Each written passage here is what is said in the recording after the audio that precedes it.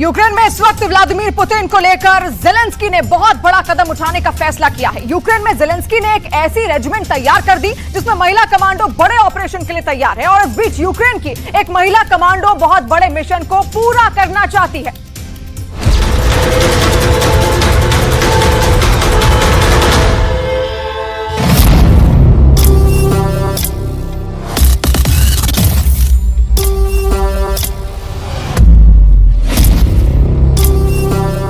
वापस आ गई है जेलेंस्की की विषकन्या।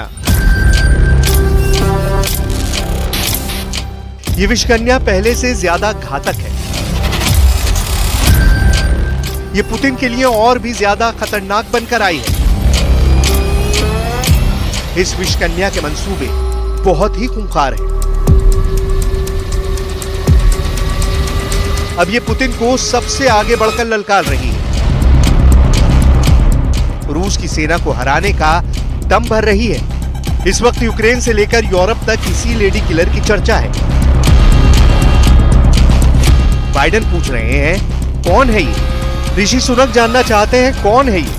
नेटो देशों के मन में इस जेलेंस्की की स्नाइपर को लेकर बहुत से सवाल हैं और सबसे ज्यादा सवाल तो व्लादिमीर पुतिन के पास है, क्योंकि रूस की फौज को सबसे बड़ी टक्कर देने के लिए ये महिला वापस आ गई है। नाम है अनास्तासिया। यूक्रेन की सैनिक है और जंग में मारियोपोल के मोर्चे पर तैनात थी। सबसे बड़ी जिम्मेदारी अपने देश को बचाना। यूक्रेन की हिफाजत करते करते रूस की कैदी बन गई। रूस ने मारियोपोल पर कब्जा करने के बाद यूक्रेन के कई सैनिकों को कैद कर लिया था, उसमें अनास्तासिया भी थी। अब कई महीनों के बाद अनास्तासिया रूस की जेल से छूट कर आई है। यूक्रेन वापसी के साथ ही अनास्तासिया ने अपनी तैयारी और तेज कर दी है। मकसद सिर्फ और सिर्फ बदला लेना है।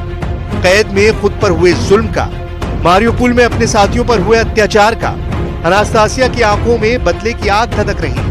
वो अपनी देश की एक एक इंच जमीन वापस चाहती है। रूस के सैनिकों को ऐसा सबक सिखाना चाहती है कि उनकी रूह कांप जाए। रूस से बदला लेने की जेलेंस्की की लेडी आर्मी की प्लानिंग बहुत खतरनाक है। अनास्तासिया ने क्या बताया है, ये जेलेंस्की का हर दुश्मन जानना चाहता है। Влучила ракета. От, і я знаходилася в той час не там, де треба. Не пощастило. Але я можу сказати, що все ж таки пощастило, що जिस बंकर में अनास्तासिया अपने साथियों के साथ थी, उस पर रूस ने मिसाइल से अटैक किया। इस हमले में यूक्रेन के कई सैनिकों की मौत हुई, जबकि कई सैनिक बुरी तरह से घायल हो गए। अनास्तासिया उन खुशनसीब सैनिकों में से थी जिनकी जिंदगी तो बच गई, लेकिन नई मुसीबत शुरू हो गई, क्योंकि रूस ने यूक्रेन के सैनिकों को बंदी बना लिया। कैद के बाद रूस के सैनिकों ने अनास्तासिया की जिंदगी को जहन्नुम बना दिया। अनास्तासिया को इस तरह का टॉर्चर दिया गया जिसके बारे में आप सोच भी नहीं सकते। कैद की अपनी कहानी बताते वक्त भी जब अनास्तासिया को वो मंजर याद आता है तो उनकी आंखों में आंसू होते हैं। один з одним, тобто хтось не доїдав, це просто братське оце, розумієте, що не записуйте. अनास्तासिया अब टॉर्चर का बदला लेना चाहती है और इसकी सजा वो मौत देकर पूरी करना चाहती है। अनास्तासिया जैसी हजारों महिलाएं इस वक्त रूस के सैनिकों से लड़ रही हैं, लेकिन अनास्तासिया तो रूस के जेल में रहकर आई हैं। वो रूस के सैनिकों के बारे में अपने सैनिकों की तुलना में बेहतर जानती हैं। घायल होने के बाद अनास्तासिया और घातक हो गई। जेलेंस्की को इस बारे में पता है और इसीलिए उन्होंने अनास्तासिया को दोबारा फ्रंट पर भेजने की मंजूरी दी है। जेलेंस्की की जरूरत इस वक्त हथियार है जो उन्हें बाइडेन से मिल रहे हैं। सवाल है कि उन्हें सैनिक कौन देगा। नेटो देश भी यूक्रेन को भर भर के हथियार मुहैया करा रहे हैं, लेकिन जंग लड़ने के लिए सैनिक कोई नहीं दे रहा। पिछले करीब 1.5 साल से चल रही जंग में यूक्रेन के करीब 2 लाख सैनिक मारे गए। ये दावा रूस की मीडिया करती है। ऐसे में जेलेंस्की को सबसे ज्यादा जरूरत इस वक्त सैनिकों की है। नए सैनिकों में महिलाएं भी शामिल हो रही हैं, लेकिन नई फौज की जरूरत लगातार बनी हुई है। पश्चिमी मीडिया की रिपोर्ट्स बताती हैं कि फरवरी 2022 में जंग शुरू होने से पहले यूक्रेन की सेना में 32,000 महिलाएं थीं, जो अब बढ़कर 60,000 को पार कर गई। इसमें करीब 5,000 महिलाएं फ्रंट लाइन पर मोर्चा संभाल रही हैं। फरवरी 2022 में जब युद्ध शुरू हुआ तो विदेश से भी कई लड़ाके यूक्रेन आना शुरू हो गए और इनमें महिला सैनिकों की तादाद भी अच्छी खासी रही है। इनमें अमेरिका से कई महिला सैनिक आई, ब्रिटेन, ऑस्ट्रेलिया, हॉलैंड, पुर्तगाल, हंगरी, इजराइल और जॉर्जिया की भी कई महिलाएं हैं जो रूस की फोर्स से टक्कर ले रही हैं। अब यूक्रेन का ये वीडियो देखिए जो काफी चर्चा में रह चुका है, जब उत्तरी यूक्रेन में रूस के टैंक और बख्तरबंद गाड़ियों के एक काफिले पर एक छापामार हमला हुआ था। रूस के कई टैंक इस हमले में तबाह कर दिए गए थे और उनके बीच में से निकली एक महिला का ये वीडियो काफी मशहूर हुआ। बिना हेलमेट, राइफल लिए हुए ये महिला आगे बढ़ती है और विक्ट्री का इशारा करके बता देती है कि ऑपरेशन कामयाब रहा। यूक्रेन में हजारों ऐसे लोग हैं जो यूक्रेन के नहीं हैं, लेकिन यूक्रेन को रूस से बचाने के लिए लड़ रहे हैं। और आपको जानकर हैरत होगी कि इनमें एक बड़ा हिस्सा महिलाओं का है, जो न सिर्फ मेडिकल और लॉजिस्टिक सपोर्ट में शामिल हैं, बल्कि बंदूक लेकर आमने सामने की जंग भी लड़ रही हैं। अब इन्हीं में से एक अनास्तासिया बड़ी मिसाल बनकर उभरी है।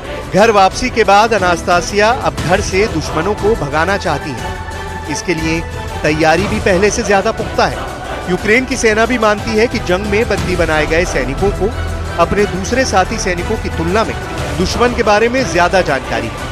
कैद से बाहर आए सैनिकों को बेहतर पता है कि दुश्मन को कहां चोट करनी है, कैसे चोट करनी है, दुश्मन की कमजोरी क्या है, उनकी तैयारी क्या है।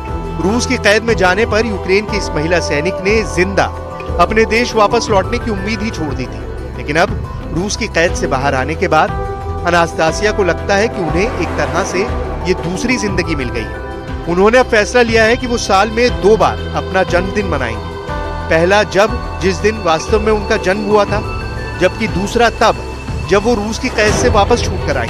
उन्हें लगता है कि ये एक तरह से उन्हें दूसरी जिंदगी मिली।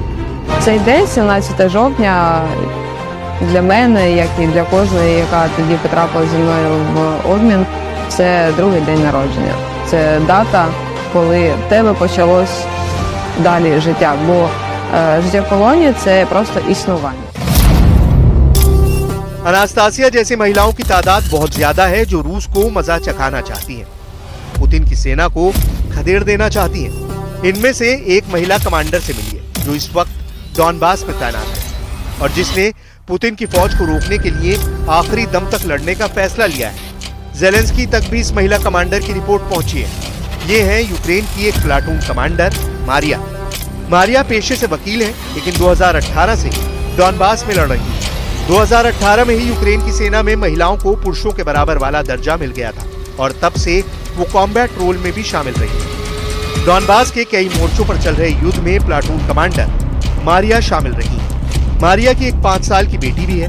2014 में जब डॉनबास में लड़ाई शुरू हुई, तभी से मारिया अपने देश को रूस समर्थित मिलिशिया से बचाना चाहती थी और इस वक्त वो एक बड़ी जंग का हिस्सा बन गई और एक प्लाटून को कमांड कर रही है। अलग अलग देशों में प्लाटून का साइज 10 से लेकर 50 सैनिकों तक का हो सकता है। यूक्रेन के पास इस वक्त सैनिकों की कमी है, ये बात सब जानते हैं, लेकिन यूक्रेन की ताकत इसकी महिलाएं भी हैं और पुतिन की फौज को ये समझना चाहिए कि इस वक्त उनकी ताकतवर फोर्स का मुकाबला यूक्रेन की महिलाओं से हो रहा है। देखा जाए तो चाहे मारिया हो, अनास्तासिया हो या फिर कोई और, इन महिलाओं ने रूस के खिलाफ लड़ने का फैसला किया और रोज अपनी जान भी गंवा रही है। यूक्रेन के भी हजारों सैनिकों ने इस युद्ध में जान गंवाई है और डॉनबास में तो ज़ेलेंस्की को बड़ा नुकसान हुआ है। डॉनबास के बड़े हिस्से पर अब भी पुतिन का कब्जा है और ज़ेलेंस्की अब भी दुनिया के सामने हथियारों के लिए हाथ फैलाए हुए हैं।